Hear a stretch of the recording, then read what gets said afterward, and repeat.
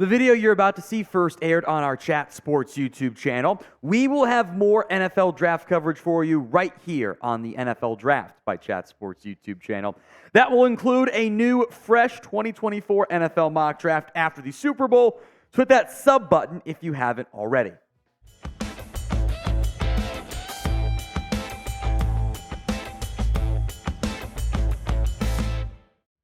On today's show, we will break down the first mock draft from NFL.com's Lance Zierlein. And boy, his first mock drafts are always pretty wild. He had Jalen Hyatt in the top 12. He had Keanu White in the top 10 last year. All crazy stuff, and it checks out again crazy this time around. Nothing too surprising at number 1, Caleb Williams to the Chicago Bears. In general, Lance says he does it based more on his own draft board. So, okay, Caleb goes 1. Slight surprise, number 2, Jayden Daniels over Drake Maye to the Commanders. But quarterback certainly makes sense.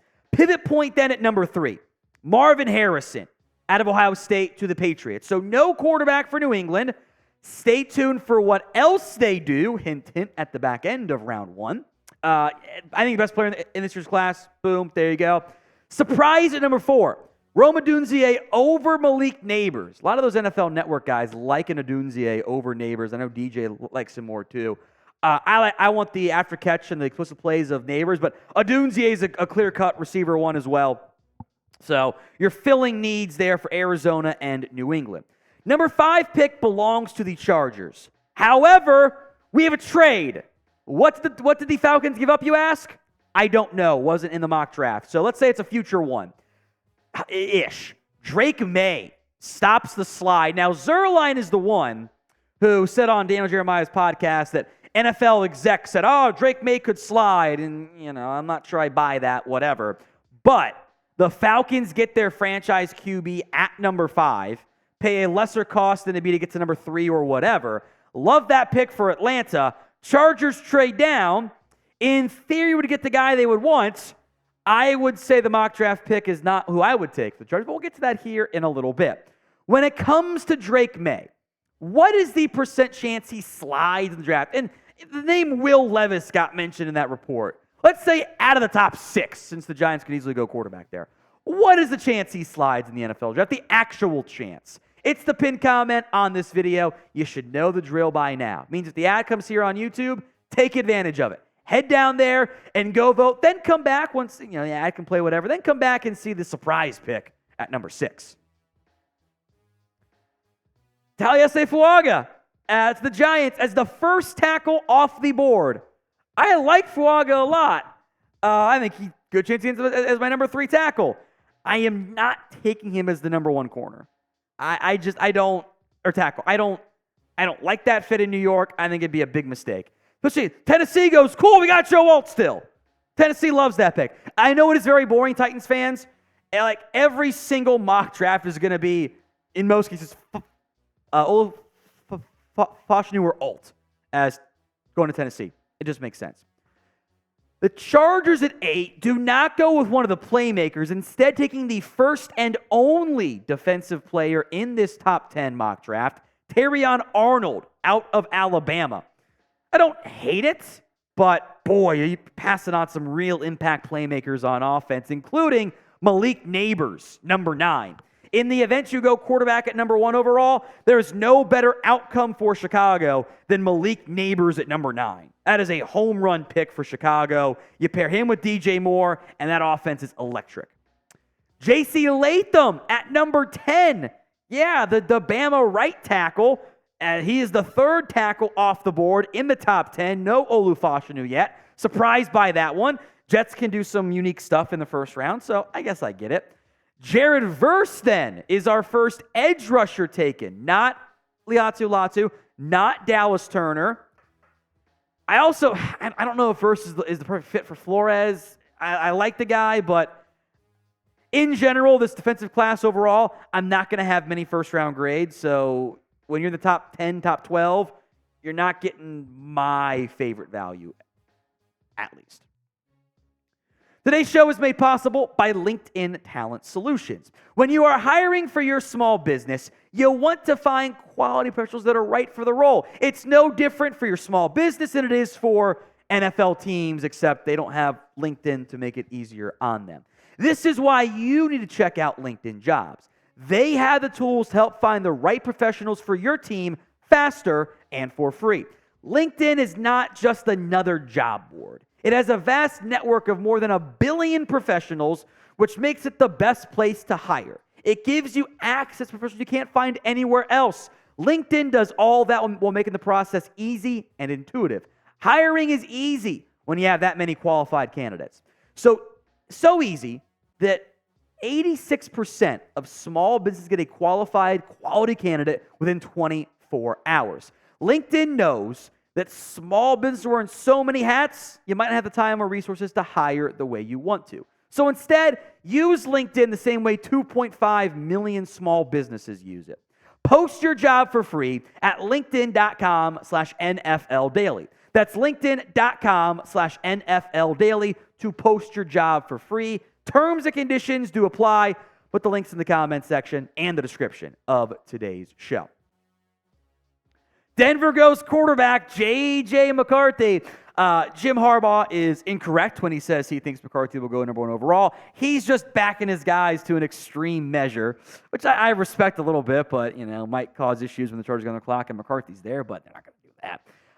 Denver clearly does not want Russell Wilson. I think some of McCarthy's attributes could make him appealing to Sean Payton, but boy, that's a risky pick. Byron Murphy out of Texas to the Raiders here. Is 13 a bit early? Yeah. Does it fill a big-time need for maybe the top defensive tackle prospect? Sure. Saints take Latu out of UCLA. Medical concerns abound.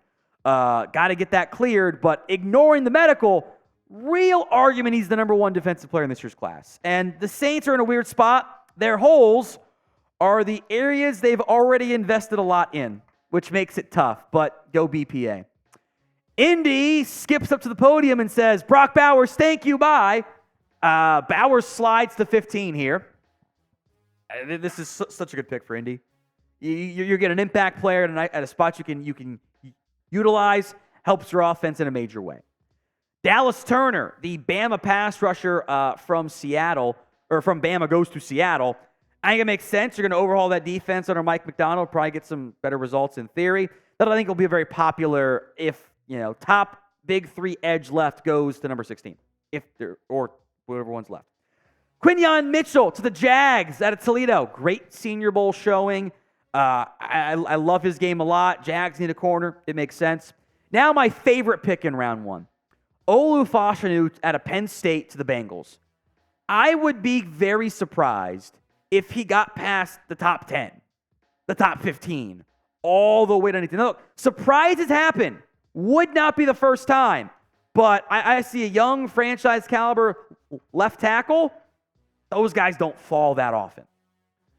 Who is your favorite prospect? Not best, just favorite prospect in the 2024 NFL Draft? Sound off and comment right now. No complaints here about this one. Nate Wiggins out of Clemson, locked and loaded. Let's go there. The Steelers form the all-Georgia Bulldogs offensive tackle grouping with Amarius Mims, and then you'll put Broderick Jones full-time left side, Mims full-time right side. There are worse strategies to have. Graham Barton out of Duke goes to the Miami Dolphins. Whether it's a left guard or center option, that makes some sense. I think the guy I'll see later on, I'm a little bit higher on than Barton, but maybe not by a lot. That makes sense.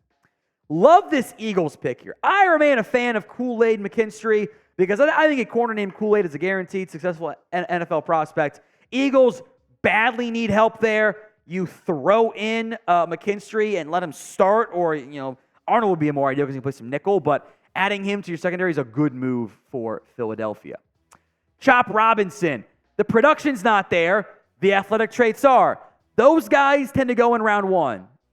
Just like Adafeowe did out of Penn State, too. Troy Fautanu out of Washington to the Cowboys here. I think guard is his best spot. Tyler Smith now at left tackle in this scenario. Fautanu at Left guard, it's not a bad plan at all.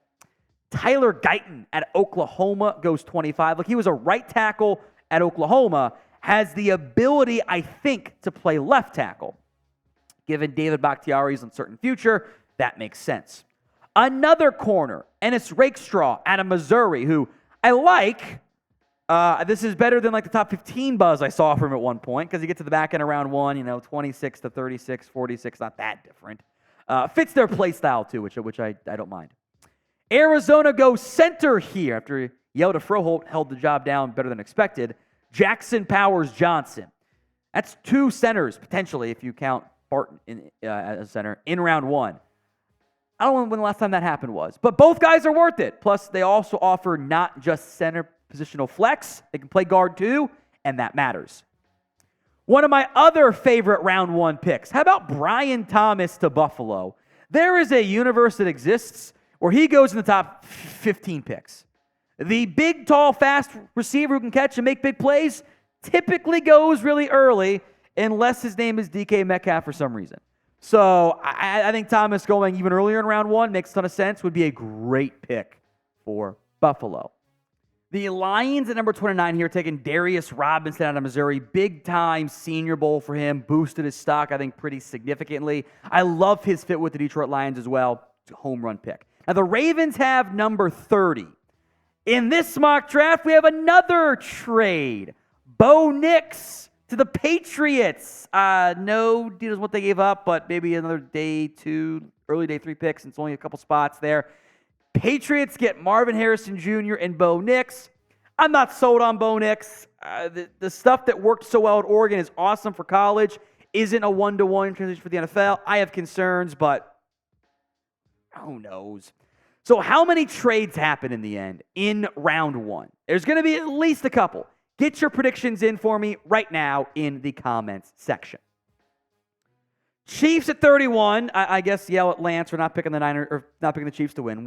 Whatever. Roman Wilson. I like Roman Wilson a lot. And this is a good reminder. No matter how high you are on a prospect, someone will always be higher on him than you. I thought I'd be above consensus on him. Well, if it's going to be first round pick conversation, I guess I won't be. Adding a receiver makes a ton of sense for the Chiefs. Is Wilson the right guy? I don't know. The Niners take JT Sanders out of Texas, which is really George Kittle and Sanders. You can even argue maybe Sanders to the Chiefs to help replace Travis Kelce down the line. I don't know if you need a tight end. There's a lot of good tackles on the board. Interesting back in round one players. I will say I do like JT Sanders quite a bit, but I'm just not convinced Niners round one is his best landing spot. So grade the Lance Zierlein mock draft before we break down some other prospects who weren't in it. A, B, C, D, or F. Go vote in the comments section. Some notable prospects who were left out of round one I did want to make mention of. Keon Coleman out of FSU. Xavier Worthy out of Texas. Jordan Morgan out of Arizona. Jerzon Newton out of Illinois. And Cooper DeJean out of Iowa. Newton, DeJean, and Coleman maybe the most surprising. Morgan and Worthy are kind of more fringe guys. Plus, insert other of the five good potential round one receivers as well.